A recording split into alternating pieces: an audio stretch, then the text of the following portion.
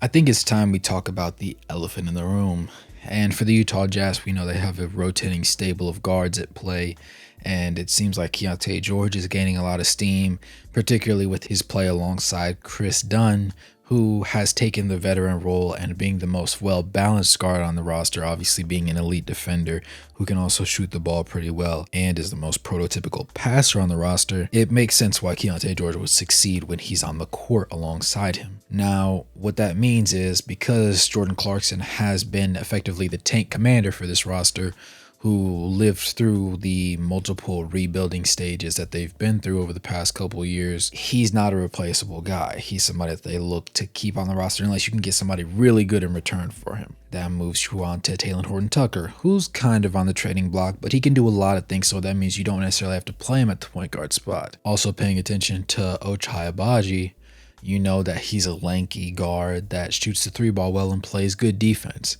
Not much else to him, but a 3-and-D player is also heavily sought after in today's league because it's a shooter's league in today's day and age. That being said, you have a lot of mouths to feed and only 2 guard positions to run them at. Not to mention they also ended up signing Josh Christopher to a 2-way contract. Admittedly, I don't think he's going to be playing much in the NBA.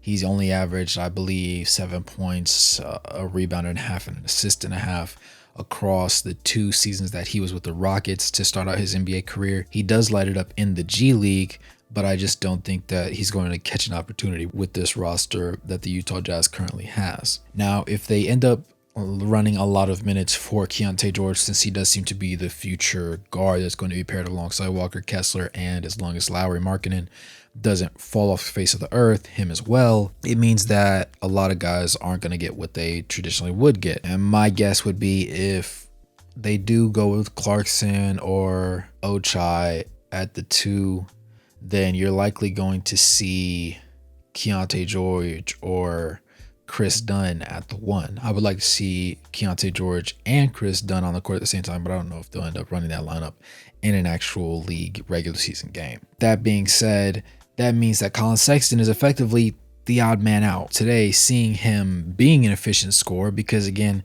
even when he was on the Cavaliers, he was a good scorer. The only reason why they traded him away was because they felt like Donovan Mitchell would be the better player in the deal, and they also had Darius Garland already on the roster, who proved to be a more prototypical, effective, and less turnover-prone point guard for them, which admittedly so, I would agree with that decision. That being said, it means that it's going to be a lot harder for him to find a home in this league. And you do have a couple teams that are looking for a reliable point guard, but considering he's not the greatest passer on the earth, you're hoping that he learns very quickly, or else he's just going to be a very undersized 2 guard in an effective sense. Now, last season, he did end up playing in 48 games for the Jazz, and he averaged 14 points, 2 rebounds, 3 assists, and about half a steal a game.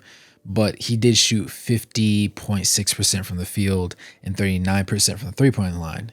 Even back his rookie season with the Cavaliers, when he only shot 43% from the floor, he still shot 40% from the three-point line. So he's been a good three-point shooter, so that's not going to be an issue of his game, thank goodness. So he is going to find some sort of niche for him, and I believe that he'll want to continue to expand his game and prove that he can be a league-ready point guard. But in order to do that, he's going to need the minutes to do so. And if they are as high on Keontae George as they appear to be from the media circus that's running around him and the hype, it just seems like he's not going to have the opportunity to prove that he's capable of doing it on this particular team. And as I said before, there are other teams that are looking for guards, and you have had some people that missed out on certain trades that they might have wanted to get into. So it would make sense, perhaps not to trade him for just a draft pick. Maybe you could get some help for bigs, I believe, or if there's, just an older veteran piece that could impart knowledge onto the younger guys, while also getting maybe a protected first-round pick. I believe that that would be certainly reasonable enough to make a trade for. There's also other pieces where you could probably package him and THT together, but I know some people are kind of up and down on how THT plays because he's looked to his defense, he has looked pretty decent in this preseason, and Collin Sexton just quite frankly has not. And we already knew that this preseason was going to be a situation where Collin Sexton and the rest of the guards are kind of viewing it as an extended part of the training camp. And you want to see who the guards are, what rotations you can run, and just what looks good. And while they're not going, 150% while they're on the floor right now, because it is the preseason, they are trying to hit their shots. And Collin Sexton, who's usually a shot taker, is not a shot maker across 2 games. In the first game, he went 1 for 6 against Clippers. In the second game against the Clippers, again, he went 1 for 5. And he did end up being 1 for 4 overall in 3-point attempts across those 2 games. Admittedly, he was 3 for 4 from the free throw line, and he had 2 rebounds and 5 assists. All of the assists which came from in the first game, and the issue was 4 turnovers also came in the first game. In the second game, he had no assists and 1 turnover. Needless to say, that's not what you need if you're trying to prove why you should get minutes, or why you should be a starting point guard, or why you're worth, almost $20 million a year. That being said, I believe that Collin Sexton is a phenomenal player. I know that he's athletic, despite his injuries in the past that have held him up for a little bit. He's back and he's healthy. I know he's an efficient scorer. I know he can fill it up at all 3 levels, but I think it's about him feeling free enough to do it and feeling like he's being believed in. And I just don't think that Utah might be the place for him. And it's unfortunate because I made a video in the past talking about how I was so happy that he was healthy, but I didn't quite realize just how good Keyonte George was at the time. And so I had to go back and do my film study, see him play in the summer league, and see just how good he fits, not necessarily the timeline, but just what they're trying to do and who can be the guard alongside Walker Kessler as, these next 3-4 years go on and the current NBA All-Stars that we've known to be at the top of the league start to taper off and go into their twilight years. Who's going to end up taking the league by storm after that? And I believe that's part of what the Utah Jazz are looking for. And Collin Sexton just hasn't really fit the bill as much as they would hope he could, because it just doesn't have that playmaking aspect.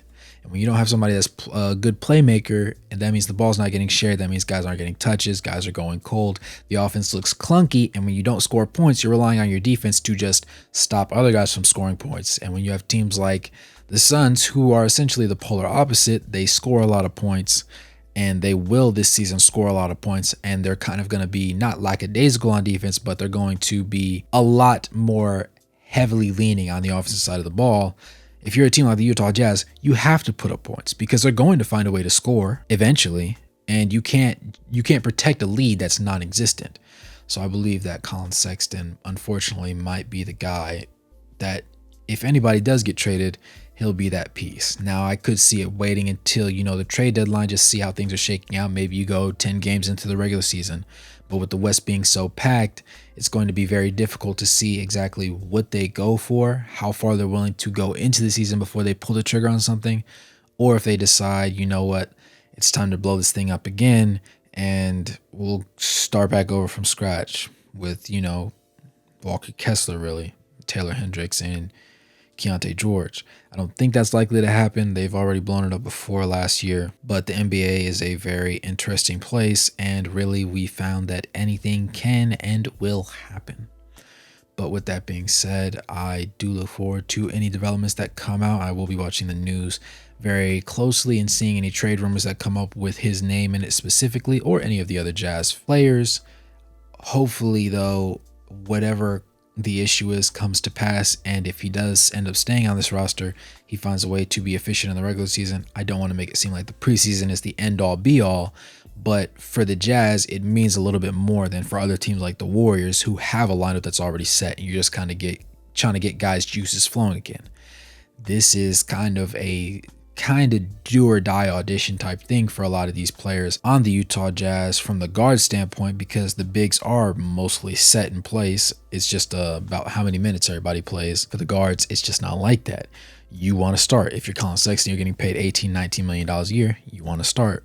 But shooting like this and getting cooked on defense by, Terrence Mann or Bones Highland isn't how you want to start out this upcoming year of NBA basketball. With that being said, you guys let me know what you guys think in the comments below. Let me know if you think that Collin Sexton is an NBA starting point guard, if you think he's better suited as a 6-man, if you think that he'll end up ironing out his playmaking issues, or if you think that they will haunt him for the majority of the remainder of his NBA career, despite him being a young player. Go ahead and like the video, subscribe, and turn on post notifications to help push this video out to more people and get the channel growing so we can go ahead and get this thing monetized. And as always, good morning, good evening, good night, no matter where you are on the globe watching. Thanks for tuning in, and I'll catch you guys in the next one. Peace.